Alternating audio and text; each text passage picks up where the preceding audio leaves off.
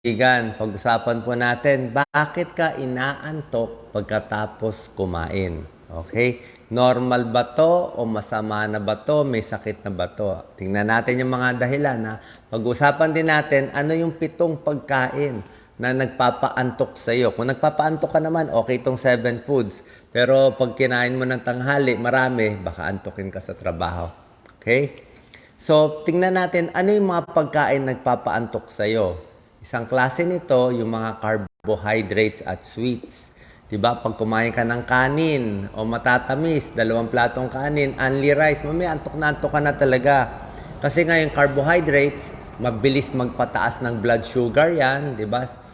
Simple sugar, aakyat yung blood sugar mo, tapos biglang bababa yung blood sugar mo, aantukin ka. Diba? Up and down yan pag carbohydrates at kanin. At isa naman, yung mga pagkaing mataas sa tryptophan, nakakaantok din. Ang tryptophan kasi, ginagamit ng katawan, kino-convert sa serotonin. Yung serotonin, ito yung feel good eh. Ito yung nagpaparelax sa'yo, itong serotonin, nakakatulong ma-relax, makatulog ka. Actually, may pagka-antidepressant pa rin itong serotonin, pamparelax sa'yo. Ano naman itong pagkain ng mataas sa tryptophan na nakakaantok din? Saging. Saging mataas sa tryptophan.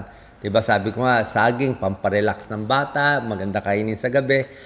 Mansanas may konting tryptophan na rin pero mas mataas yung saging. Yung mga green leafy vegetables, pamparelax to, spinach, kangkong, kahit anong mga green leafy na meron tayo dyan, maganda po yan. Soy, mga soya, tofu, tokwa, yan mataas din sa tryptophan, nakaka-relax, nakakaantok. Next, gatas. Diba? Alam niyo naman, gatas pampatulog.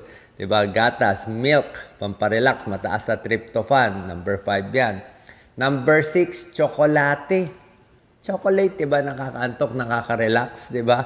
Pagbigyan mo ng tao ng chocolate, kumain kita mo, kalmado na siya. Mataas siya sa tryptophan, nagiging serotonin, feel good. Yung iba nga, pag nadidepress, anong kinakain? Ice cream, milk, chocolate, diba? Pampakalma sa'yo. So, yan po yung nagkakaantok din. And, number 7, yung turkey. Pero wala naman tayong ganong turkey dito. Mataas ang tryptophan ng turkey. It's a 0.19 grams per 100 grams of food. Ganun kataas yung tryptophan ng turkey. Pero, ang manok, meron na ring tryptophan. So, pwedeng turkey or chicken, ito yung mas nakakaantok sa'yo. Okay? So, sa kanin, tamang dami lang, saging, gatas, chocolate, turkey, chicken, kangkong, green leafy, soy. Yung eggs, meron ding tryptophan. Okay? So, bakit naman tayo inaantok tapos kumain? Pwede dahil sa pagkain lang or pwedeng meron ding medical condition. Tingnan nyo kung meron kayo nitong 5 medical condition, ito ay nagpapaantok sa iyo tapos kumain. Number 1, diabetes. Pag may diabetes ka, baka hypoglycemia, bagsak blood sugar mo, o hyperglycemia, nakakaantok yon.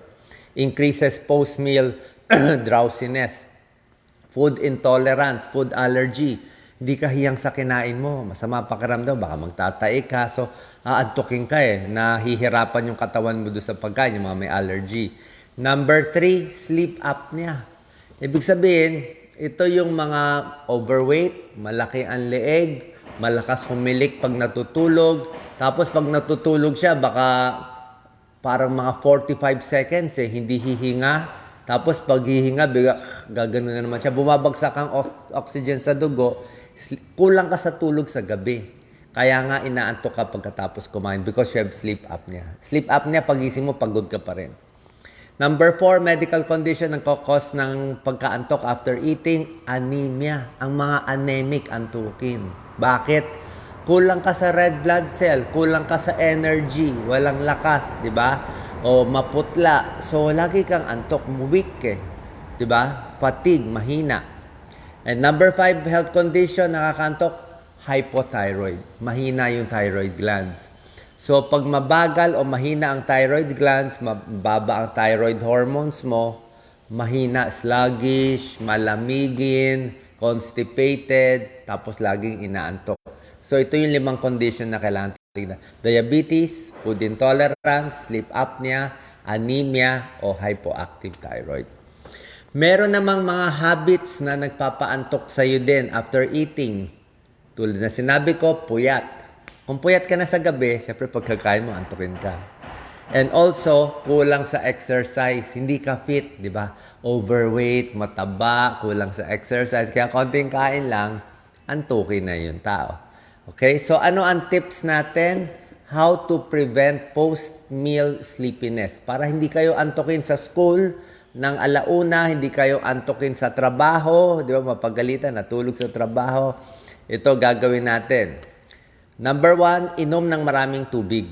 Okay, kailangan well-hydrated ka. Sabi ko nga, mga 8 glasses of water or fluids in a day, di ba? Tubig, kuhain mo ng tubig, lemon water. Kundi, uminom ka ng juice, tubig na rin yun. Uminom ka ng sabaw, tubig na rin yun. O pakwan. Basta 8 to 10 glasses of liquid or tubig sa isang araw. Mas maganda tubig para hindi ka tumaba. So, well-hydrated.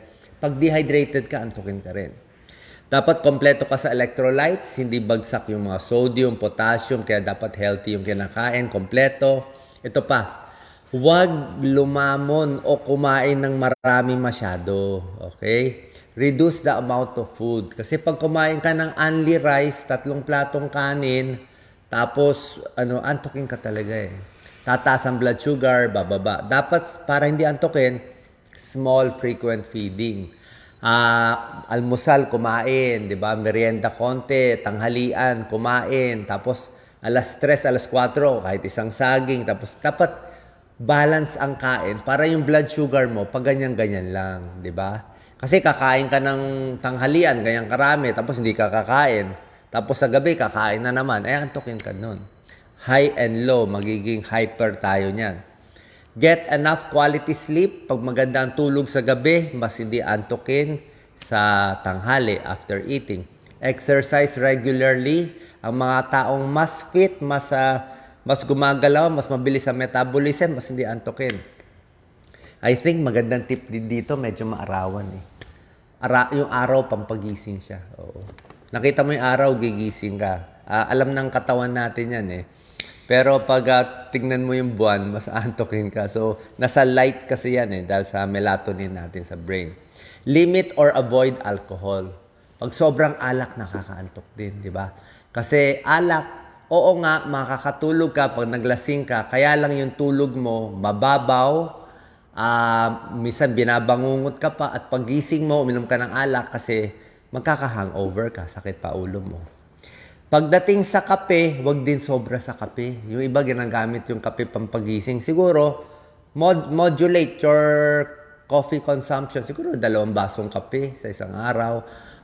Wag naman siguro 6 na tasang kape. Sobra na dami yon. Lalo na pag malapit na sa gabi, magugulo na yung tulog mo. And kumain ng mga pagkaing maganda sa katawan. Hindi yung biglang tataas yung blood sugar, hindi yung puro sweets, puro kanin na lang. Mas maganda yung high fiber carbohydrates like gulay. Sari-saring gulay, pwede yan. Fatty fish, whole grains, mga nuts, seeds. Lahat ito, mas maganda yung pagtaas ng blood sugar natin. Ito yung mga low to medium glycemic index, yung tinuturo ko.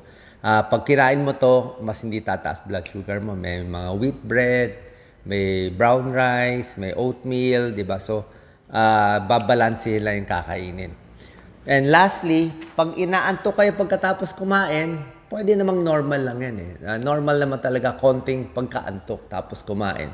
Pero kung talagang matindi yung antok mo after eating, talagang iba ang pakiramdam mo, hinang-hina ka, i-check nyo. Baka meron kayo nitong 5 medical condition na sinasabi kong diabetes, anemia, or hypoactive thyroid. Sana nakatulong tong video natin para sa gustong matulog sa gabi, pagkain pampatulog, at ayaw masyadong aantokin pagkatapos kumain. God bless po.